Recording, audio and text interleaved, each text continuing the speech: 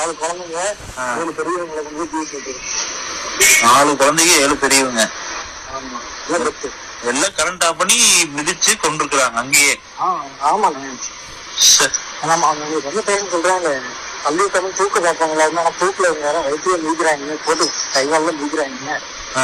இப்ப ஒருத்தர் மிதிச்சாலும் கொஞ்சம் கூடுதல் ஓடுறவங்கன்னு சொல்லலாம்.